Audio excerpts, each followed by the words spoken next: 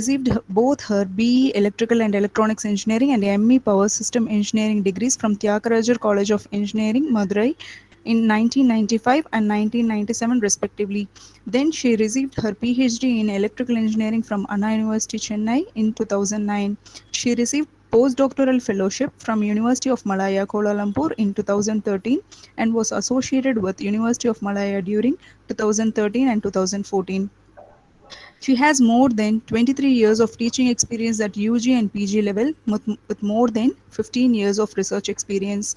She has supervised 5 research scholars and supervising 5 PhD scholars at present. She has published more than 60 papers in various international journals and conferences, and she is a reviewer for various international journals and conferences.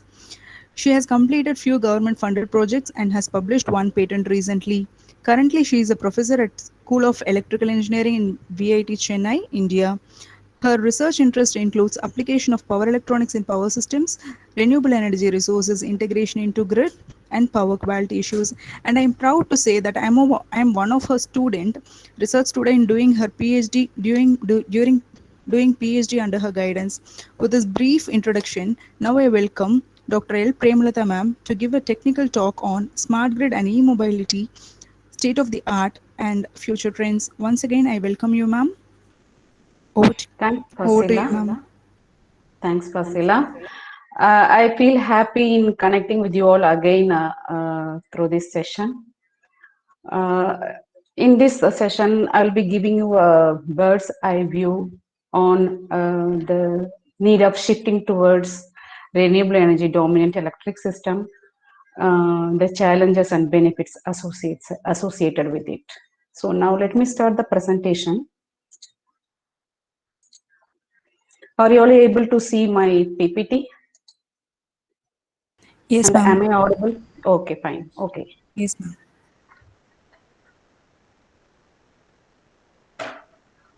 Okay. So this is the outline of my presentation. So I'll be giving you a bird's eye view about the need of shifting towards RES dominant electric system, the transformations happening towards the shift, the challenges and benefits associated with it. So first, let us start with the needs of the 21st century. One is, that is the two major challenges the world facing right now are, one is climate change and other one is depletion of natural resources.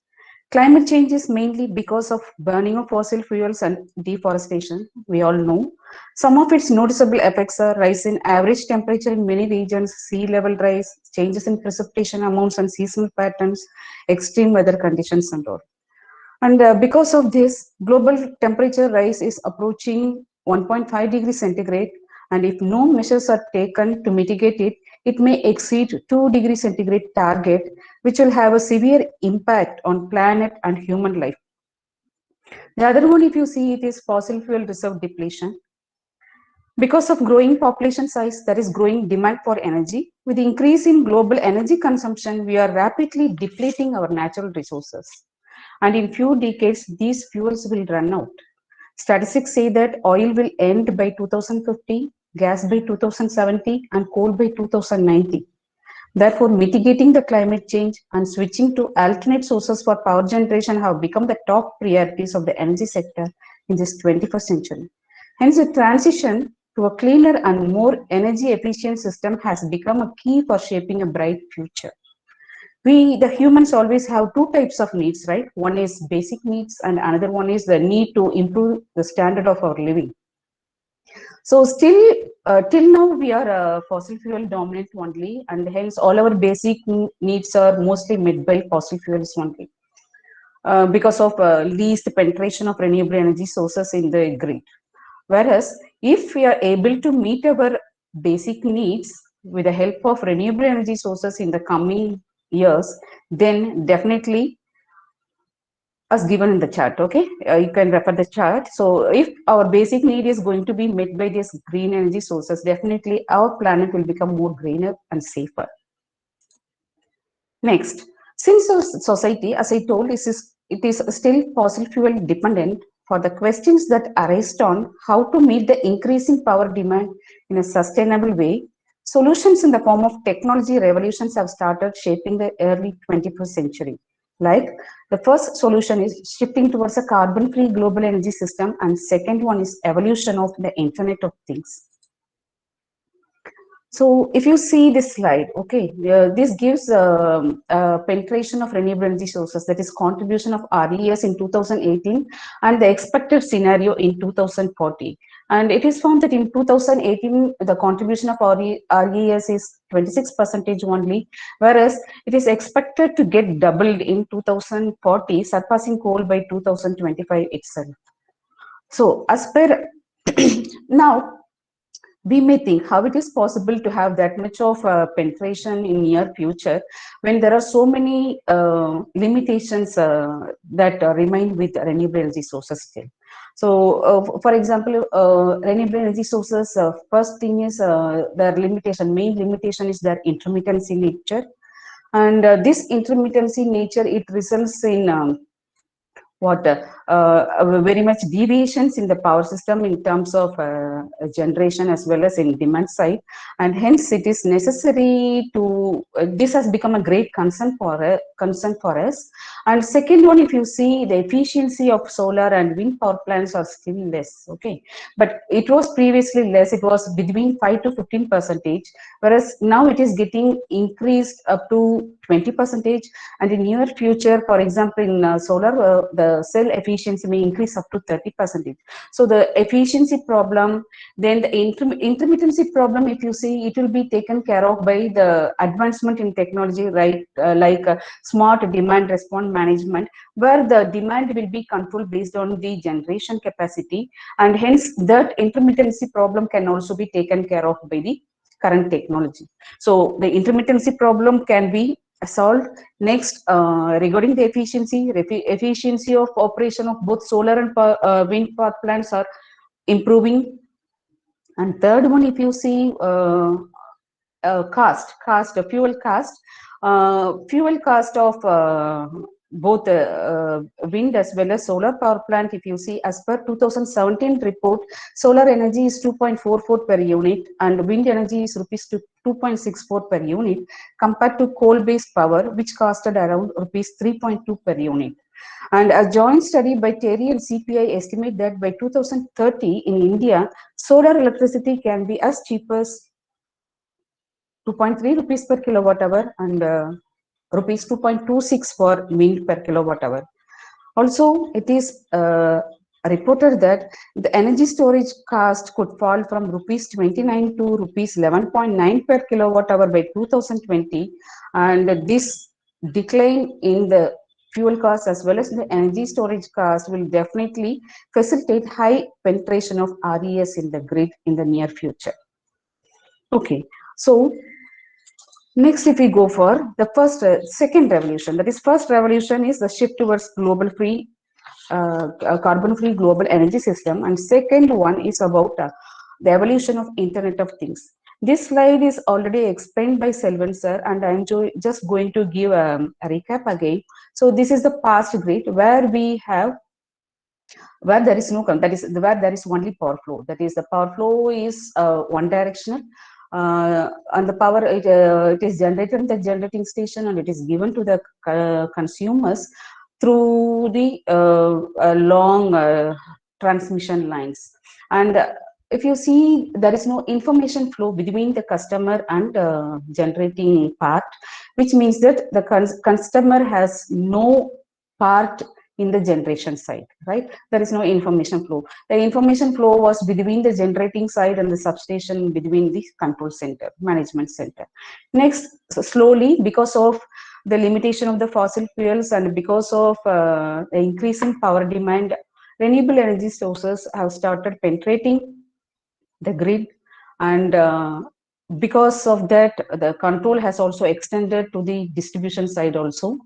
And even then, still we don't have customers as a part of the process. Okay, they are at the receiving end only, and they have not yet become prosumers. And that problem will be definitely solved in the near future, where we will be having integration of all types of renewable energy sources. Now it is mostly solar as well as wind power plant dominant, and in future definitely all the others will also get included in the grid. And there will be what information flow between the utilities and customers, and also among the consumers, such that the customers, many of the customers can act as prosumers. Prosumers mean they can start selling their power back to the grid, thereby can make their own revenue.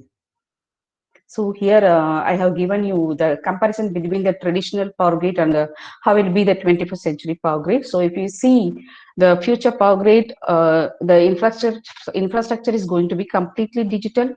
The generation is going to be decentralized. Distribution is going to be two-way. Sensors will be installed throughout the system. Monitoring is going to be self. Restoration is going to be self-healing type, and there will be only less losses because all the generating sources will be available much near to the consumers itself. So this is a transformation happening in the energy sector right now. That is, these three Ds are very much important transformations happening in the energy sector.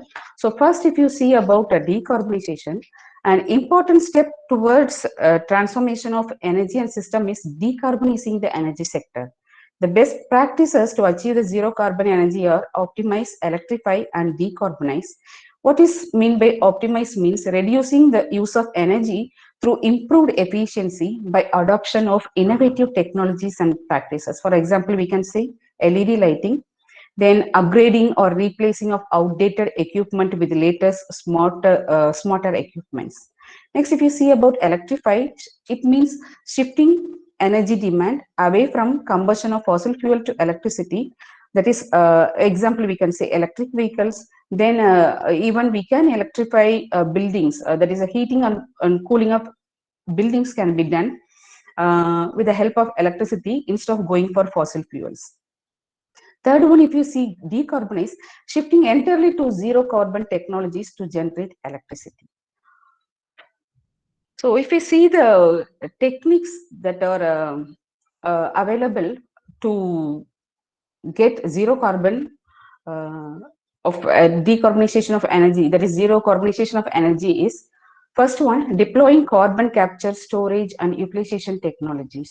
Okay, so variable that is carbon capture and utilization technology. It is a process of capturing carbon dioxide uh, which will be recycled later for further usage. Next, if you see integration of renewable energy sources, so increase in integration and other alternate fuels, it will increase the generation. And same time, because of the renewable energy sources usage, the carbon dioxide emission can be reduced very much. Next, if you see the energy storage flexibility, again, because of the integration of renewables, uh, there will be more chances for including energy storage flexibility in the system. And what happens with the energy storage is these energy storage systems, they will receive excess power that is not required at certain time, and then it will be sent back to the power grid when the demand increases. So by introducing more flexibility into the grid, energy storage will help to integrate more solar, wind, and other distribution sources, thereby improving the grid efficiency. Last one, if you see electrification of transportation, switching to low carbon vehicles powered by electricity will be an attractive solution for reducing oil dependency and environmental impact. And second one, second D is about decentralization. Decentralization is, there are so many benefits of decentralization. In every part of the world, if you see, energy systems are shifting from centralized architecture. This is yesterday's architecture. Now, tomorrow architecture will be decentralized. So in every part of the world, if you see, energy systems are shifting from centralized architecture with a large centralized architecture. If you see, it consists of large generation plants, long transmission lines, and one-way flow of energy. And this type of setup is going to be decentralized, where energy is going to be decentralized with a distributed network models like microgrids, distributed energy management systems like that.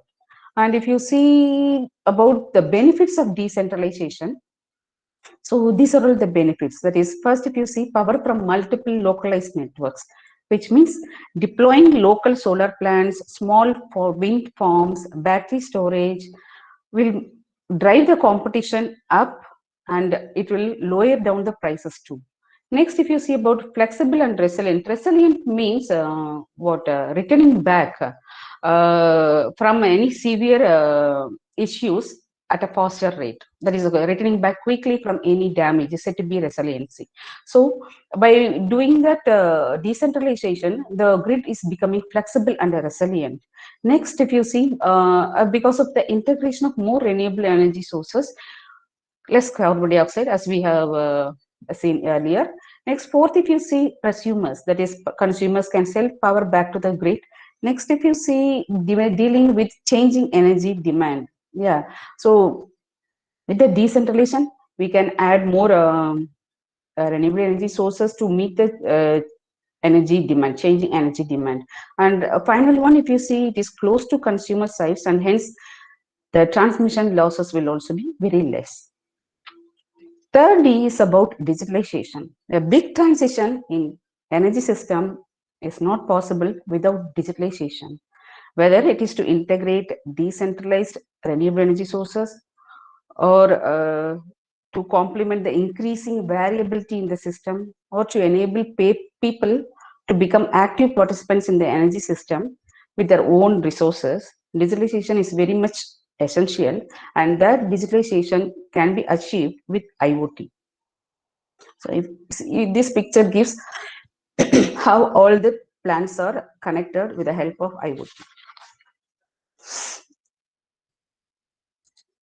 So these are all the benefits of digitalization. That is, when we digitalize the energy, we make energy more secure, sustainable, and smarter. Um, Digitalization make energy systems around the world more connected, intelligent, efficient, reliable, and sustainable. It helps to identify who needs energy and deliver it at the right time, in the right place, and at the lowest cost. And it also helps the utilities to maintain grid stability and reliability, monitor the grid and identify points of failure and faults, optimize and forecast energy protection, give the consumer more control, manage distributed generation, and helps to reduce power cost too. So these are all the key components that are required to achieve digitalization, like sensors, communication, and all the computing and processing technology, which we will be dealing later. So now we got an idea of the transformations happening in the energy sector. Next, we are going to see about IoT. That is, let us have a small introduction about IoT. So IoT, as it is given here, it is an emerging tech. Just a minute. It is an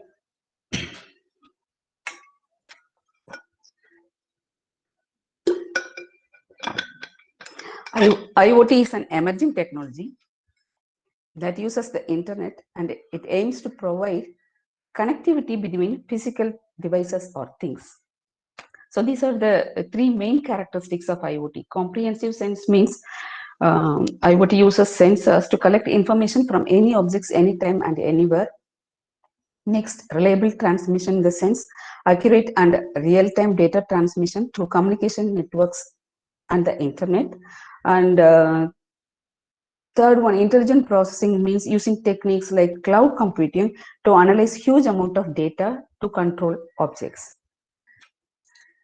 So now we got an idea about IoT, and this picture, it gives you an idea of four-stage IoT architecture that is generally used to deal with massive data. So there are four stages here. If you see the first stage, it consists of sensors and actuators. So first, the sensors will collect all the required information from the real world, and these data collected will be generally in analog form.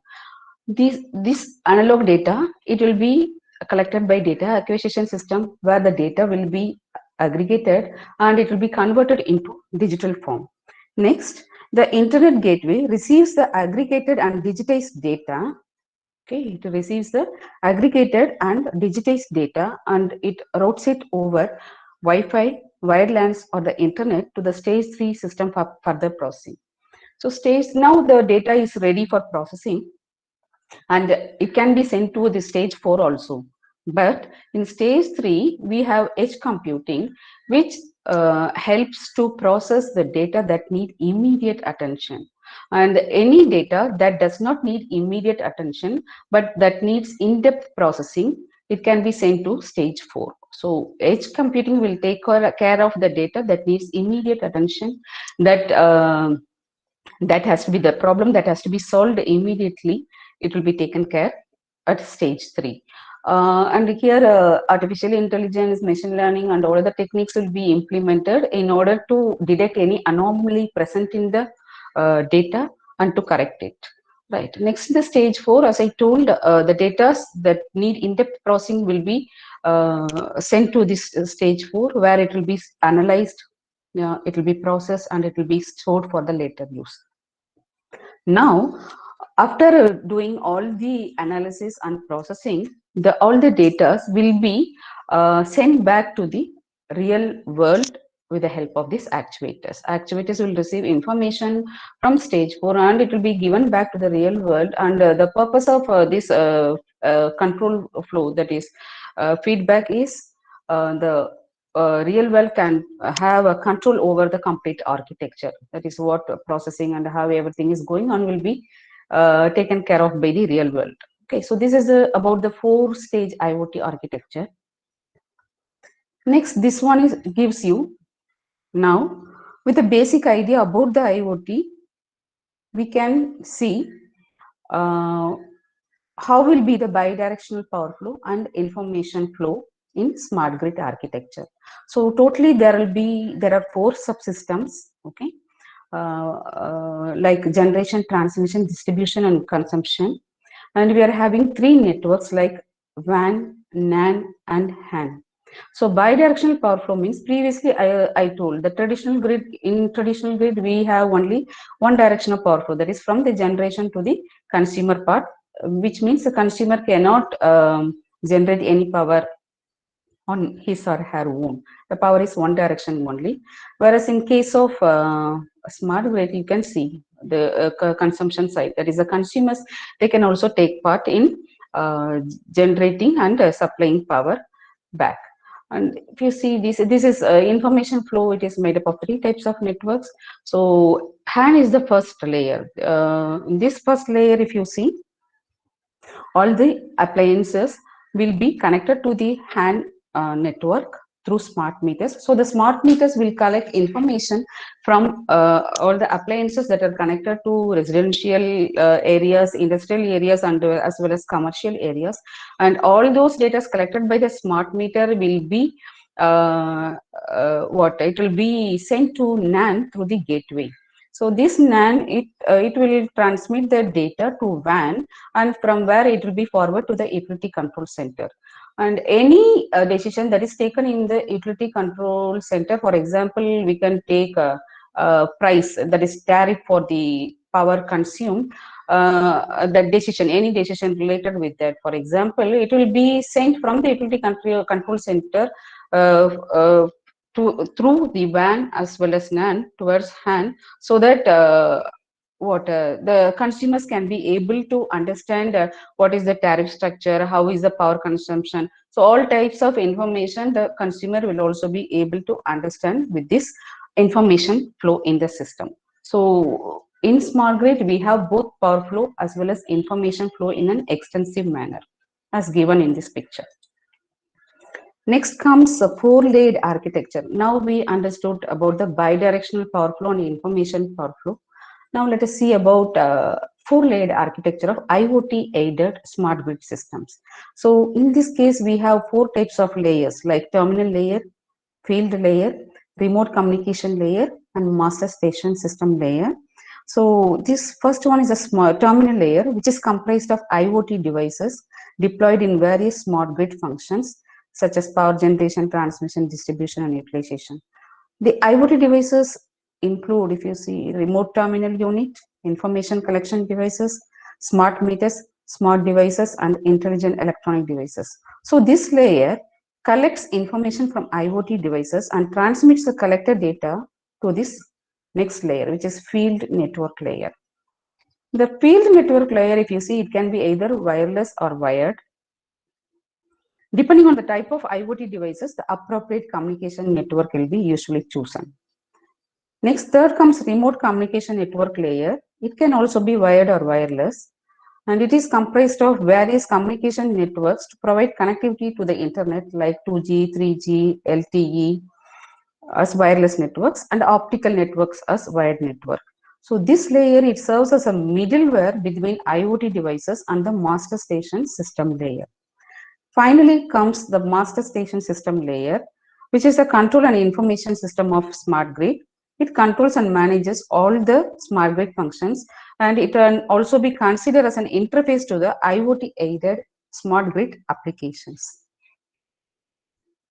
So these are the key IoT enabling technologies that are currently used in energy sector. So that is sensors, actuators, communication technologies, then IoT data and computing. So few sensors are given here. We are using a lot of sensors. Just for as an example, I have given a few. Okay, so all these types of sensor are deployed in generation, transmission, distribution and consumer end. Similarly, actuators too. Then if you see the communication technologies previously Wi-Fi was used, but since it needed high power requirement, the research as well as application has switched over to low power WAN networks, under which all these things like narrowband IoT, Zigbee, BLE technology, LoRa, ZigFast, LTM, 5G are coming up. So these technologies need very less power only, and hence they are in of much use nowadays. Next, finally, if you see IoT data and computing, yeah, cloud computing is a mature technology where all the huge amount of data will be processed. So it is a very mature technology, whereas fog and edge computings are the extensions of cloud computing. Since it is not possible to process all the data in cloud centers, since there are possibilities for the cloud to get crowded, these two types of computing like fog and edge computings has come now, and they are becoming much popular. So any data that needs immediate attention, okay, any issue that has to be cleared immediately, it will be taken care of by the fog and edge computing. And as I told you earlier, any data that needs in-depth processing but that does not need immediate attention will be taken care of by the cloud computing. So this slide, it gives you the summary of the applications of information and communication technologies that are in current use in smart grid. So we can see generation side, what are all we are using. That is, these are all the critical applications, and these are all the communication technology which we are using in generation side, like MAN, WAN, LAN, SCADA, and all. Next, if you see about transmission side, critical applications are substation automation, line control monitoring, power monitoring, quality of services like that. And here we are using WAN, LAN, EMS, SCADA. Next, distribution, if you see, distribution applications are substation automation, smart transformer control, direct load control, advanced metering infrastructure, where we use extended area network, EAN, NAN, FAN, WRAN. And consumer side, critical applications are home energy management, microgrid management, prediction and forecast, electric vehicle integration, where we use wireless personal area network, metering data management system, home area network, industrial area network, building area network, and digital subscriber lines. So it gives you just a brief idea of what are all the ICT technologies that are in current use in the smart grid. Next, let us see about how IoT is transforming energy industry. So IoT is going to be everywhere in every nook and corner of the energy industry. And here you can see that all the areas, all these, there are totally 6 areas. Okay, all these areas will be covered by IoT in the coming days. And you see about the IoT role in generation, transmission, distribution, and consumption stages of smart grid. I told here, right? So the first things are generation, transmission, distribution, consumption side. So if you see how IoT is going to play a major role in all these 4 areas, okay.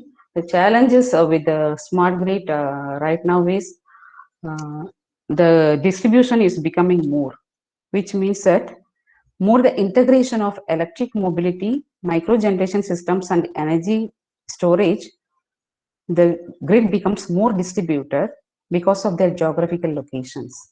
Next, if you see about remote asset monitoring and management, it is another challenge. Because of the distributed nature of the grid, remote monitoring and management is also going to be a great challenge. Third one is generation and load forecasting. Again, because of the intermittent characteristics of RES, accurate generation and load forecasting is found to be much difficult. And final one, if you see not a final one, and one more main challenges is faults in transmission distribution system. If you see the present protection system, they assume unidirectional power flow of current from substation to the loads. In the presence of DG, injecting power, that is in the traditional grid we didn't have any DGs, and hence there will be only unidirectional power flow of current. Whereas if when RES gets added to the network, there are chances that the fault may be fed from other sources other than substation, which results in short circuit currents. Therefore, fault, there will be bidirectional current flow, and hence fault detection measurement becomes jeopardized, and existing protective devices, they may not be able to react to ensure proper fault detection. So protection is also a big challenge with smart grid.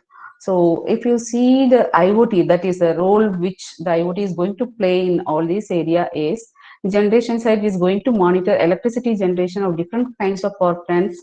Then it helps to predict necessary power to supply consumers. Transmission side and distribution side, it helps to monitor and protect transmission distribution lines, substations, towers, manage. It helps to manage and control equipments. Next, in the consumer side, with the help of smart meters, it helps to measure different types of parameters and helps to manage power consumption in an intelligent way, and helps to maintain interoperability between different networks.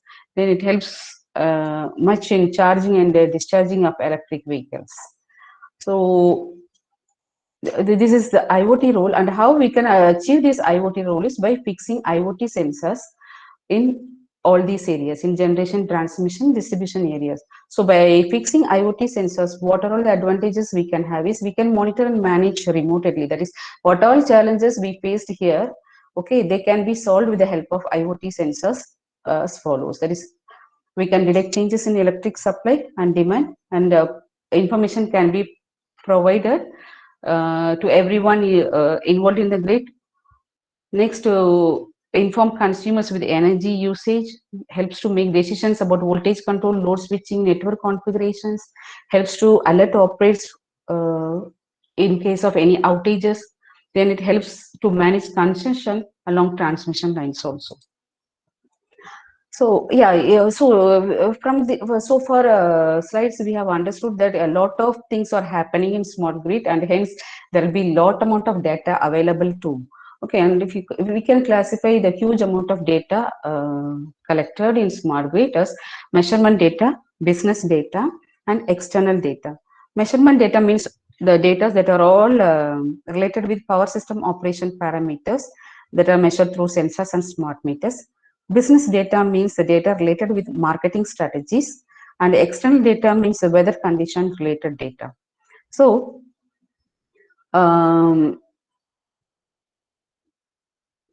these are all the various data, and that all those data, it will be collected with the help of the techniques available here. First one, if you see advanced metering infrastructure, it helps in integrating smart meters, data management systems, and communication networks in order to provide bidirectional communication between customers and utilities. If you take phase measurement unit, it helps in real-time measurements of multiple remote points with a common time source for synchronization. Next, if you see about wide area monitoring system, it is an application server to deal with the incoming information from phasor measurement unit. Fourth, it is remote terminal unit. If you see the use, it is a microprocessor controlled device that transmits telemetry data and collects information related to status of the system. If you see about SCADA, SCADA is for system monitoring, event processing, and for alarming purpose. Last one is intelligent electronic device. It is a combination of different relay functions that helps in monitoring and recording status changes in the substation and outgoing feeders. So these are all the various collection techniques used in smart grid. Next, the collected data, they have to be communicated, and usually mostly the communication will be done with the help of HAN, NAN, and WAN, which we have already dealt. Next, final thing is data analysis techniques. So these are all the various data analysis techniques available. So we all know, we have understood what is IoT, and this artificial, when we add this artificial intelligence to IoT, it helps to make the devices to take their own decisions without any human intervention. Next, machine learning is an approach to achieve artificial intelligence. Deep learning is a branch of machine learning to implement, that is, it is a tool. Deep learning is a tool to implement machine learning. Next, data mining means computing data for discovering valuable information in large data sets. And finally, pattern recognition means a branch of machine learning that focuses on regularities in data. So all these techniques are very much important for the efficient operation of smart grid. So this picture, it gives an idea of what are all the data that are taken care of by the cloud. Okay, and from where all we are getting data. So it's not much necessary. Yeah, next, if we go for power grid impact assessment, issues associated with integration of renewable energy sources. So we all know the characteristics of renewable energy sources. They are much unpredictable, they are much variable, and they are location dependent too. So because of these characteristics, what happens is the following challenges happens. That is, because of the unpredictable and variable nature of renewable energy sources, there are a lot of issues in balancing the load as well as in maintaining the reserves, and then challenges are there related to monitoring, communication and control system operations. Challenges are there in network congestions, grid stability, and to name a few, I can say that because of the integration of RES, um, issues like voltage regulation, power quality, harmonic distortion, and protection issues are all happening. So far we have seen about smart grid. Now we are switching to electric vehicle technology. So electric vehicle technology is an emerging technology which has numerous benefits. The first one is, with the emerging nature of electric vehicle technology, the carbonization is getting reduced to a great extent, and hence we can say it has in terms of environmental impact, we can say the emission of carbon dioxide and other pollutants are reduced much with electric vehicles. And related with economic impact, fuel and operating costs are also reduced compared to the fossil fuel cost. Okay, the cost of electricity is less, and operating cost is also less because of the high efficiency of the electric vehicles. And related with the power system impact, yeah, definitely there are so many issues related with the integration of electric vehicle technology, but we have benefits of integration too, like V2G technology, where this technology will help to store the power which is in excess, okay, at the time of low demand, and that stored energy will be given back to the grid when there is high demand. So in that way, electric vehicle is again going to be a benefit only. So now I have told you about the benefits only in terms of power system impact, environmental impact, and economic impact. Whereas in the next slide, I will be telling you the issues associated with integration of electric vehicles. So These are all the harmful effects. That is, if we integrate electric vehicles to this grid, it will result in increasing load profile during peak hours, and because of the sudden increase in load, because every there will be many loads, and each load will be having its own characteristics, right? And this electric vehicle is going to be an additional burden with the different characteristics, which will lead to what so many issues like transmission losses, voltage deviation, phase balance, harmonics, system stability issues, and which leads finally to the what reduction in the power quality and reliability of the power system. Yeah, definitely, there are so many remedial measures for overcoming these harmful effects, like by maintaining, by providing a smart and controlled charging, then by employing power conditioning unit (PCU), power conditioning unit that is compatible with smart grid for coordinated charging, and with smart metering system, definitely we can be able to overcome these harmful effects. So this is the structure of what Internet of Vehicle. This is again an emerging one, uh, where there are four layers.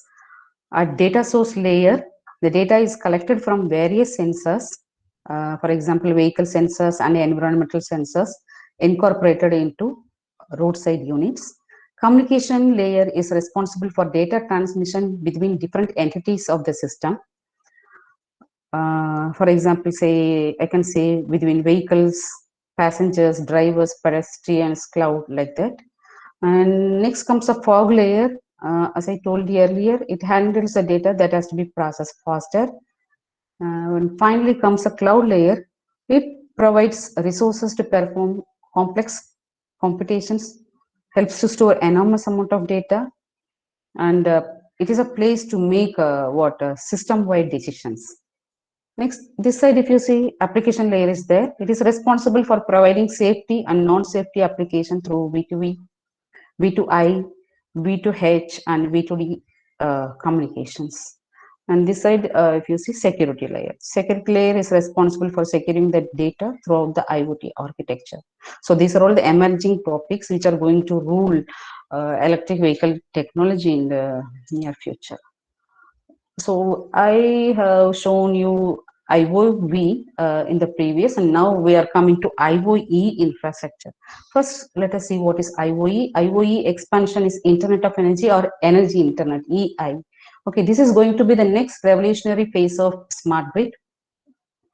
And the main advantage of going for IOE is we can add any type of energy besides electricity, because as of now even the smart grid is not implemented fully, but in smart grid, if you see the difference between smart grid and IOE, okay, in smart grid only few energy types are dominant, and mostly all are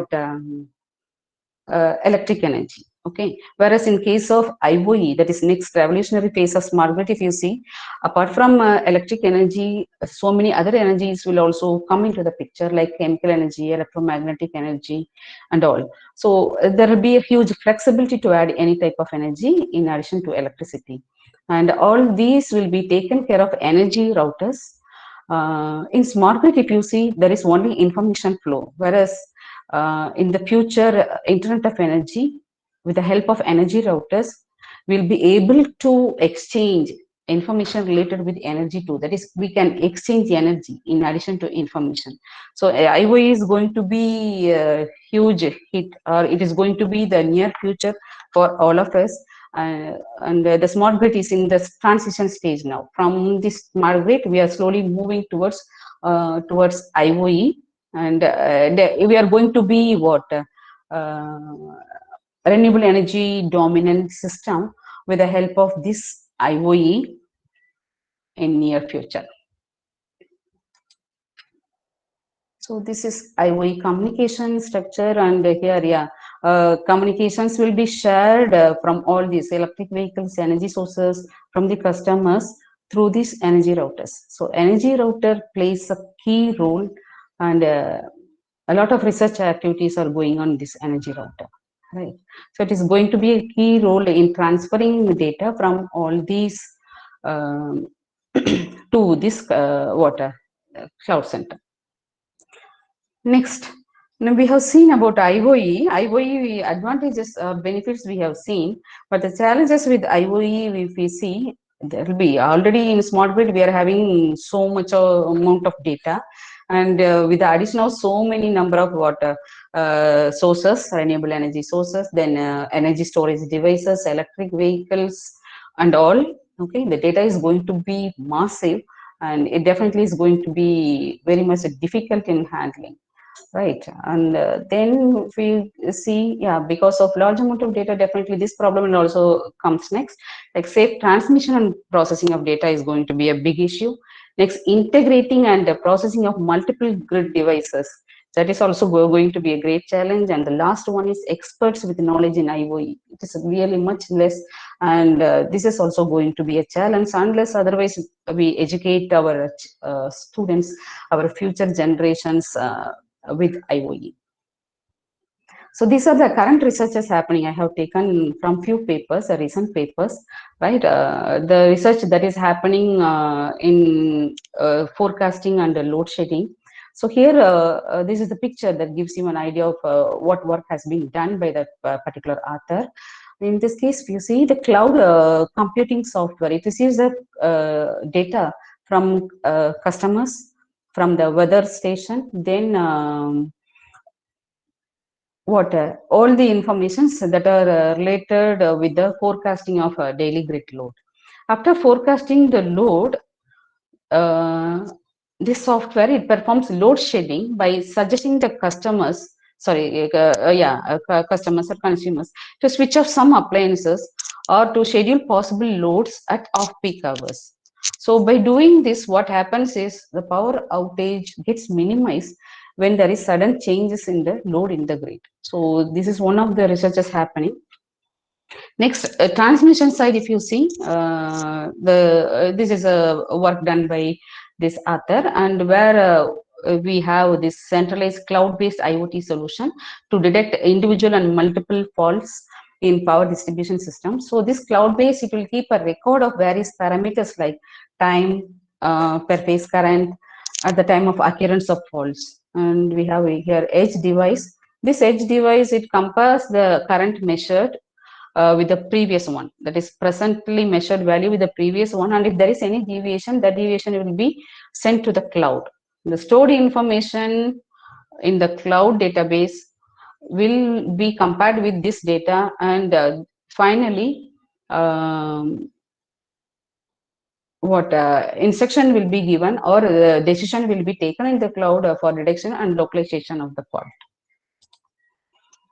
Next is IoT framework for power system protection. This is the work we have started right now. My research scholar Fazila is doing in this area only. So this is the outline of what we are doing. So here we are having microgrid data tracking system, which has all data like voltage, current, real power, reactive power, and all. So this tracking system, it will send all the data from the microgrid to the microgrid central controller, this one. Okay, I don't know whether you are able to see this or not. Yeah, so all the data from the microgrid will be sent to this controller, and this controller, which is present in the IoT cloud network, it stores the data and it acts according to the requirement of the grid. So suppose if there is any fault in the microgrid, the decision will be taken after the data analyzation using machine learning technique or artificial intelligence technique. Thereby, we can be able to achieve adaptive protection, which helps in sensing the fault and tripping the circuit breaker, thereby helping in faster restoration. Next, I have taken one example from EV charging, that is from electric vehicle technology also. So this is also one of the recent research done by one author. So here, if you see, this is an IoT enabled EV charging, where using the internet connection, payment is sent from the mobile device to the open blockchain network. Okay, blockchain network is a network that consists of blocks, where all the transactions will be happening between the two ends without any third party intervention, so that the processing will be more secure. So here the information related to the operation is exchanged between the mobile device and the management unit. This one is the management unit hosted on the cloud computing platform. This is a cloud inside which will be the management unit. So once a payment is received from the blockchain network, the charging process is triggered on the management unit, and the vehicle charging process is enabled on the IoT sensors. And any information related to the energy, it will be delivered back to the management unit uh, on the cloud computing platform. So this is another research. So now we are coming to the final end, that is the various research challenges and future directions in the energy sector with current IoT. That is, this slide is about the challenges and future directions in energy sector with the available IoT. So there are so many issues in the control side, like uh, distributed energy resources integration, that is renewable energy integration, remote monitoring, transmission line monitoring, demand response and load management, EV integration, which we have already seen in the previous slides. Then security issues, yeah, definitely with the a huge amount of data, there are so much of security issues, and hence security and privacy. If you see, security and privacy of data acquisition, storage, and retrieving are have become crucial issues due to the utilization of different communication protocols and frameworks. So, more researchers on PHY and MAC layer security. Then this IEEE 802.15.4 network end-to-end security, network layer IP, then 6L low power area network security and routing security. So many researches are happening in this area now. Next, communication issues. Yeah, again, the communication is also not well developed, in the sense it needs robust, secure, resilient, and operational smart grid communication network. So there is also a need for standardized protocol and application interfaces to meet the challenges in the power grid and communication network integration, like interoperability. This is about the various research challenges and future directions to improve the IoT performance in energy domain. So first, if you see, this is about what related with blockchain and IoT. As I told now, blockchain, it provides a decentralized and democratized platform with no need for third-party intervention. Currently, if you see, mostly the IoT system, they mostly rely on centralized cloud systems, and because of that what a dependency, synchronization and security issues are happening. So because of this centralized nature, it is still difficult to implement the blockchain technology for improving the IoT performance. And for that, what we can do is, so it is becoming a challenge. That is, the challenge is currently impossible. Which is currently impossible means application of blockchain technology, right? It is becoming impossible. It is impossible due to the lack of enough computational resources, insufficient bandwidth, and need to preserve power. So future direction of research, it has to be more towards cloud, fog, and edge computing platforms. Okay, so working on those areas, it can ease the way for blockchain services in IoT. Next, if you see about green IoT, the energy consumption of IoT device. If you see, the energy consumption of IoT device is becoming an important challenge. And again, deploying large number of IoT devices, and after a certain point of time, they are going to be electronic waste. Okay, so we have to find out the ways to reduce the energy consumption of IoT devices, and also we have to reduce the number of IoTs. Okay, or we have to make IoT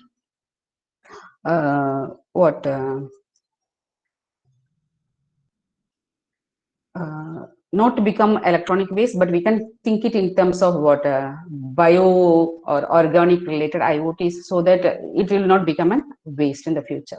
So in the future direction is low carbon and efficient communication networks, in the sense,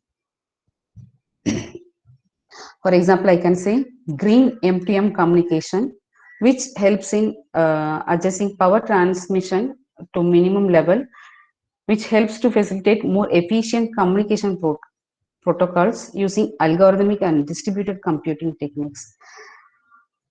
And related with this energy consumption, we can say in wireless sensor networks, the sensors can be kept in sleep mode and it can be made to work when necessary. So by doing that, we can reduce the energy consumption of IoT devices.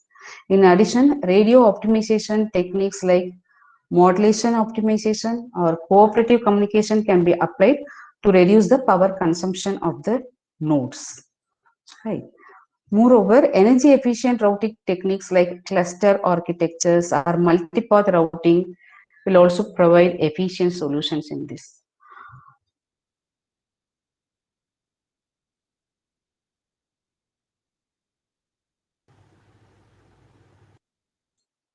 Next comes the challenge, not biodata. It is big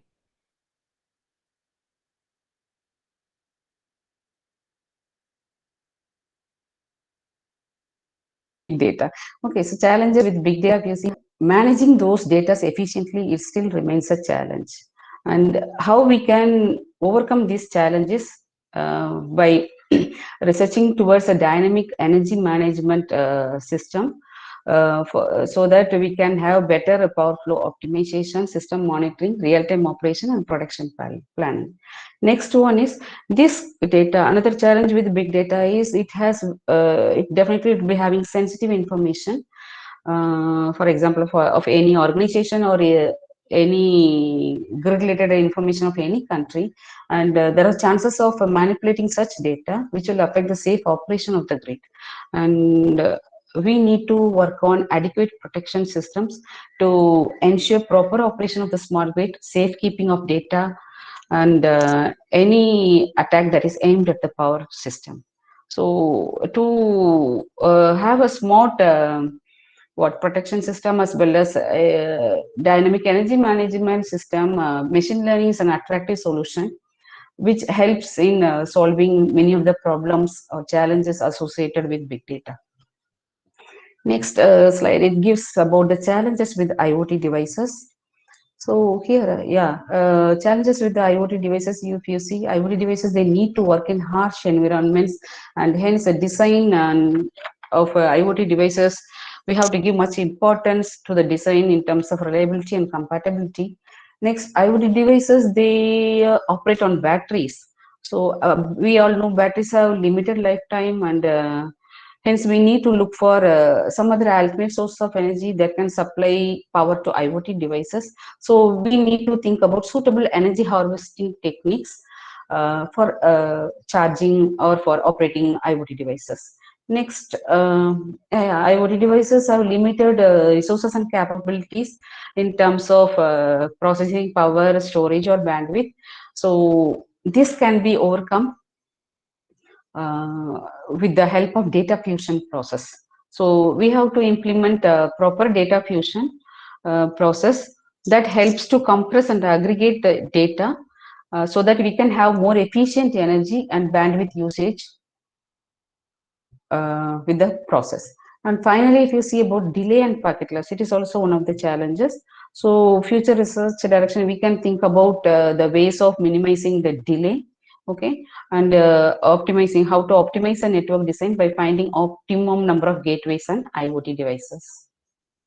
Next, these are all few of the challenges that are related with communication networks, like interoperability of devices. Okay, there should be a good relationship between the devices, or there should not be any conflicts between the devices, and the operation, interoperation, it has to be well.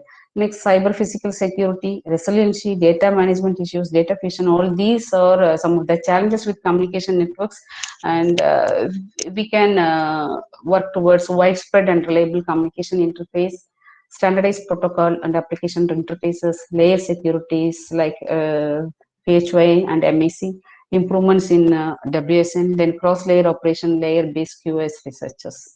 These are all not my areas, that is communication and all, but anyway, I just wanted to cover all the what state of art, that is all the areas related to the smart grid. So I just gone through the various literature survey, and I end up with these points.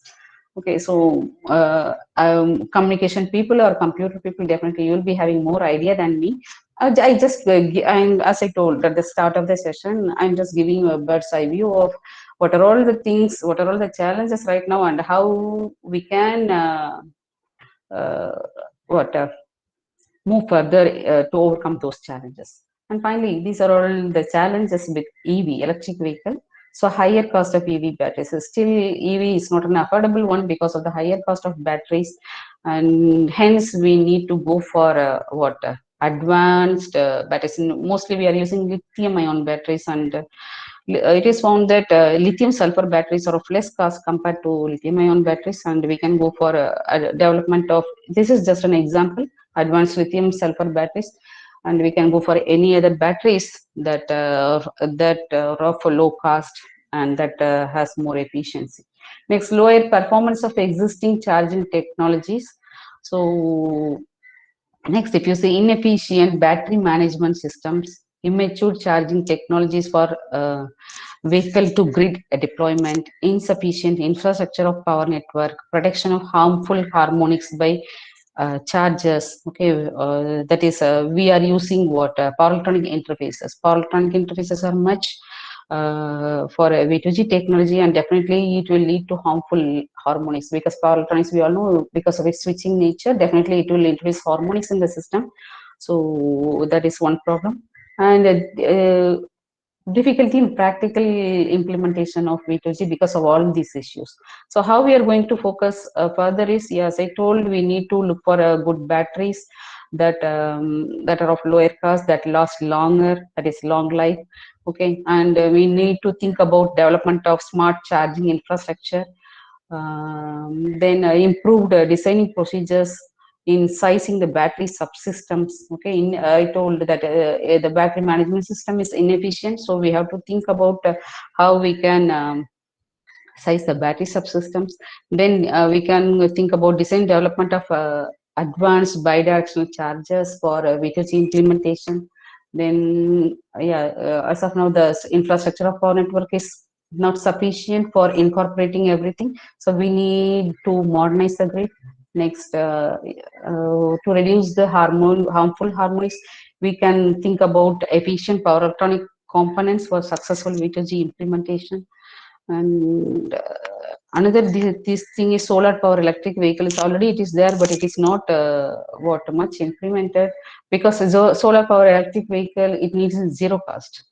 If you go for gasoline electric, sorry, not if gasoline vehicle, the cost is more compared to electric vehicle.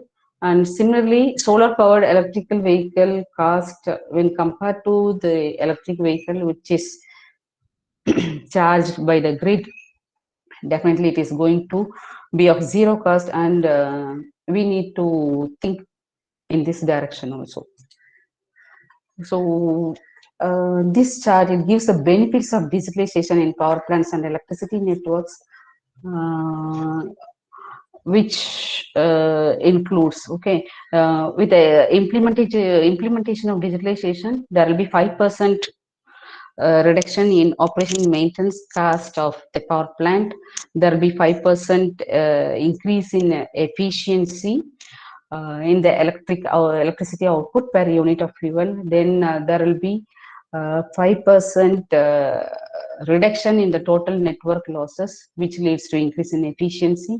And it may lead to it will also lead to extension of life of the power plants, and then also life extension for various electricity networks too. So we have a numerous number of benefits because of the implementation of digitalization.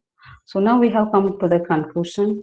So Internet of Energy is going to be the future trend, and with the advent of big data and IoT, things like blockchain technologies, they are going to play a major role in tracking and monitoring the impact of carbon we consume. So our final aim is, we have to keep our planet much safer. So we need to keep the planet in all the possible ways, and one of the main ways of keeping the planet safe is keeping the planet free of carbon. So by using big data and IoT, we can, and also using blockchain technologies, we can help the planet uh, what to be more greener and safer for our future generation. So keeping everything in mind, I have given you now a brief idea about what are all the changes happening right now in energy sector, and how it is going to be in the future, and what are all the challenges associated with the future grid and all. I have given you some basic idea.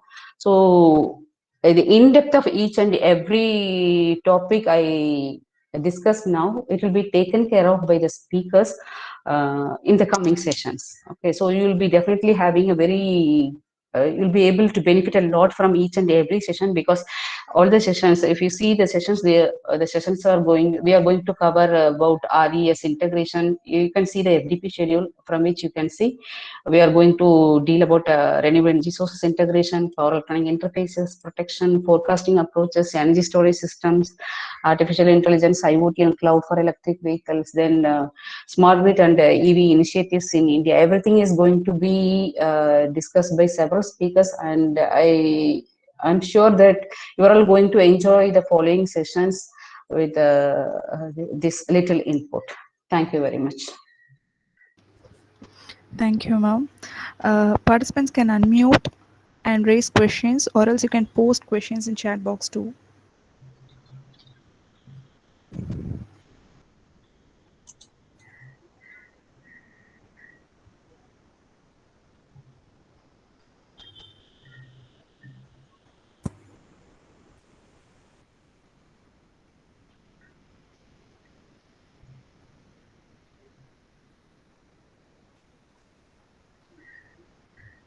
Okay, if you don't have any questions, or else if you have queries, you can mail to ma'am personally and ask questions too.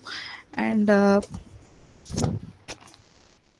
now, as we come to the end of the session, I extend our hearty thanks to Dr. L. Premalata ma'am, professor at VIT Chennai, for spending her valuable time and addressing the gathering on the topic Smart Grid and E-Mobility, State of the Art and Future Trends. And I'm sure that the knowledge shared by the speaker would definitely thought-provoking and informative. And I also take this opportunity who had joined in this FDP and been a part of this. Once again, thank you.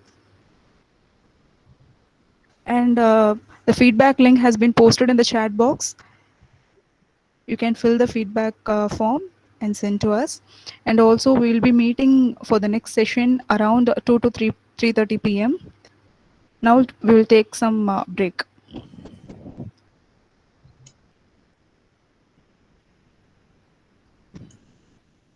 Also, I do have some instructions. Let me give some general instructions for the participants. Participants should keep their mic off during the session, and questions have to be asked only at the end of the session. And I request all the participants to fill the feedback forms which is provided in the chat box. And I also request the participant to kindly join 5 minutes prior to the session. And at the end of the session, on the fifth day, the last session, an examination will be conducted based on the sessions conducted, and it is mandatory for